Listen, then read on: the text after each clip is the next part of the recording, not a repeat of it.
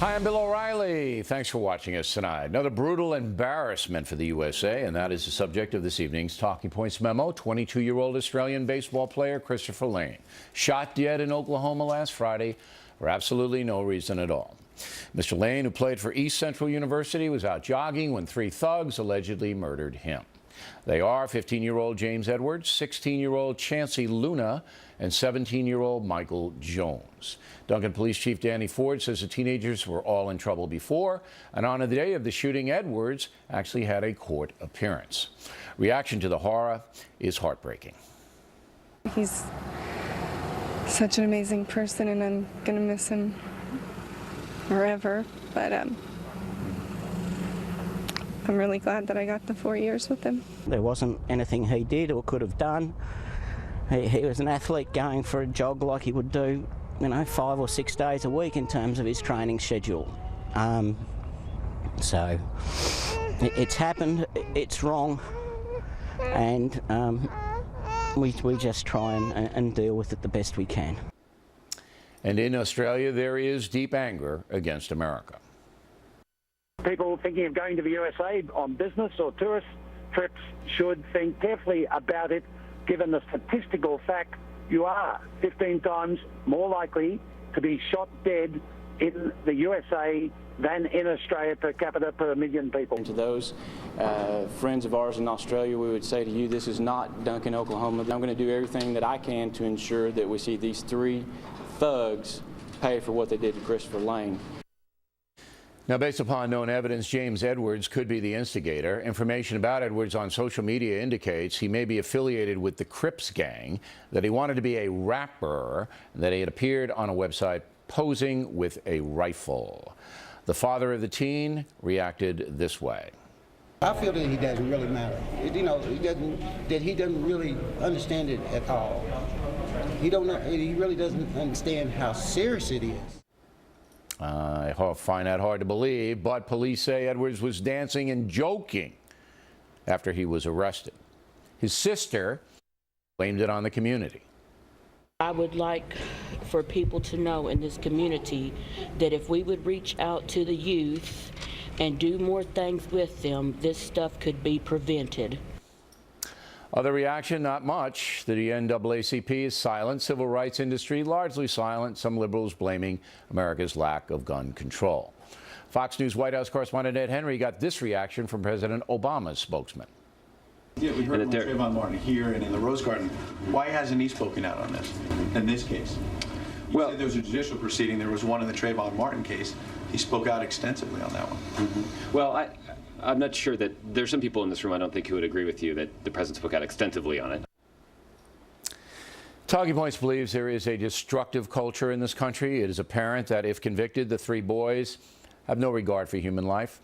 Yet they had plenty of regard for the social media, for rap, for Xbox. The mother of Chancey Luna says the boy was playing that video game shortly before the murder occurred.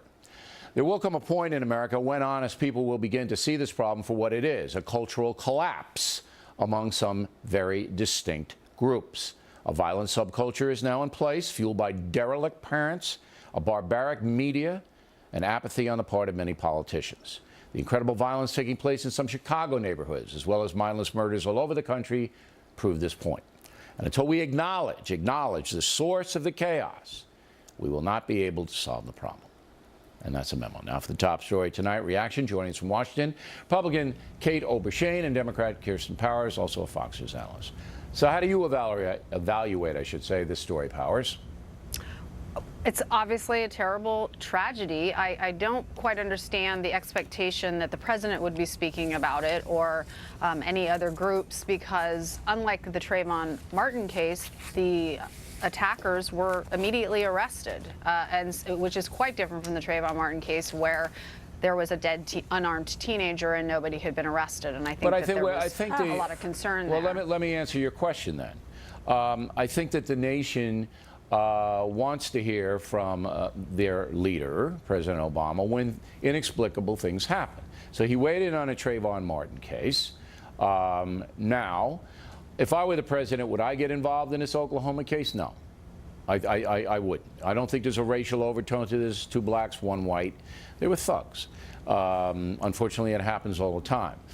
However, I think the question is legitimate. You know, if you're going to weigh in on one, Kate, you weigh in on the other. What do you say? I think the president and Jesse Jackson and Al Sharpton and some others jumped at the chance to weigh in when a horror would further their political goals. And that's a horrible thing. It's a horrible reality. But the fact that today Jesse Jackson finally said that this kind of violence should be frowned upon. That was his outrage. But Bill, when it served the president's agenda to sort of stir up racial animosity, he compares Trayvon Martin to what his son would look like. Well, are you saying that you believe President Obama wanted to stir up racial animosity? Is that what you're saying?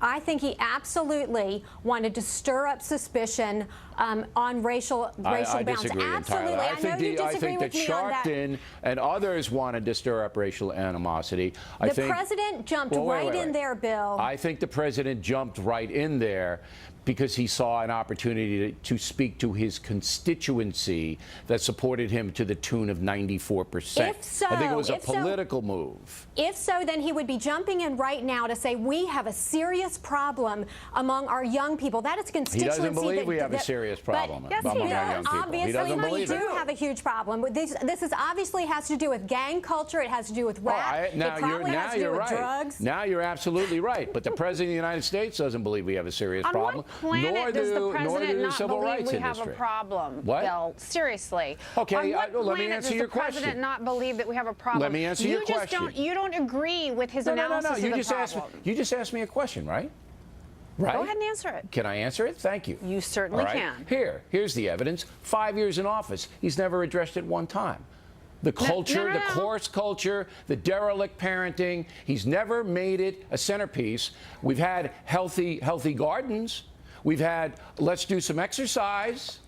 We've had a whole bunch of other outreach programs. Nothing about this. No, the difference is that Barack Obama has a different analysis of the situation that I happen to share that you dismiss, which is that our gun culture is what is behind this. Okay, yes. so and the trust gun me, just if those walked kids up didn't to have the a Australian gun, and shot that guy would be alive. The If they gun didn't just have a walked gun, right up he'd be and alive. bang. No, Just the gun if they did it. didn't have a gun, he'd be alive. They're going to have guns, Kirsten. You Do you know, dispute that?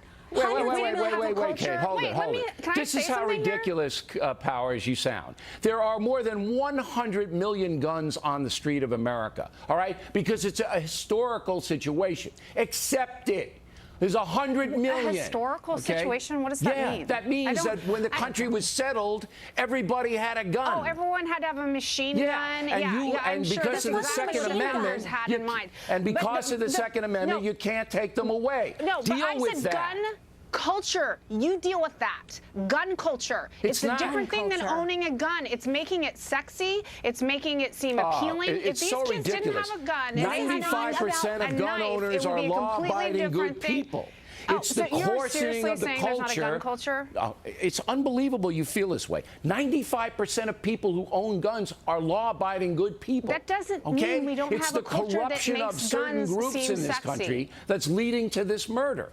It's the corruption of certain groups. What do you mean certain groups? There are plenty of white people who use guns to go in and kill people, like children in elementary schools, in fact, now that I think of it. All right, I mean, what is this now? Suddenly it's just black people have a problem? Let me give Kate the last word. Thanks. Go. It's not about gun culture. This is about a culture of violence that is promoted among our young people. It is imperative that we actually have this discussion. This issue will be swept under the rug by people who just want to talk about guns and they just want to talk about white on black violence. Guns, Kate. This is something that needs. What are they doing the violence with? Let's talk about rap lyrics that promote and glorify killing in any way. Let's talk about drugs, rampant use of drugs among our kids. Let's talk about high school violence that nobody's doing anything about. I got to stop it.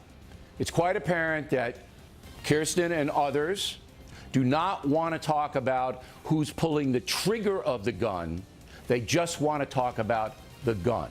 I don't even know what that And I think that's a fallacy. I do. I think it's the pervasive culture, all right, that is coarsening the country, and people who don't have good parents, children who don't have supervision, are then being put in a situation where they're gunning down people because they're bored. And That's the left the doesn't want problem. to talk about it. The media doesn't want That's to talk about the it. problem. That's not true. The left talks about it. Ladies, No, next they on the don't. rundown, Army Private Bradley Manning gets 35 years for espionage, but he doesn't really. I'll explain, and Dennis Miller will have some thoughts upcoming.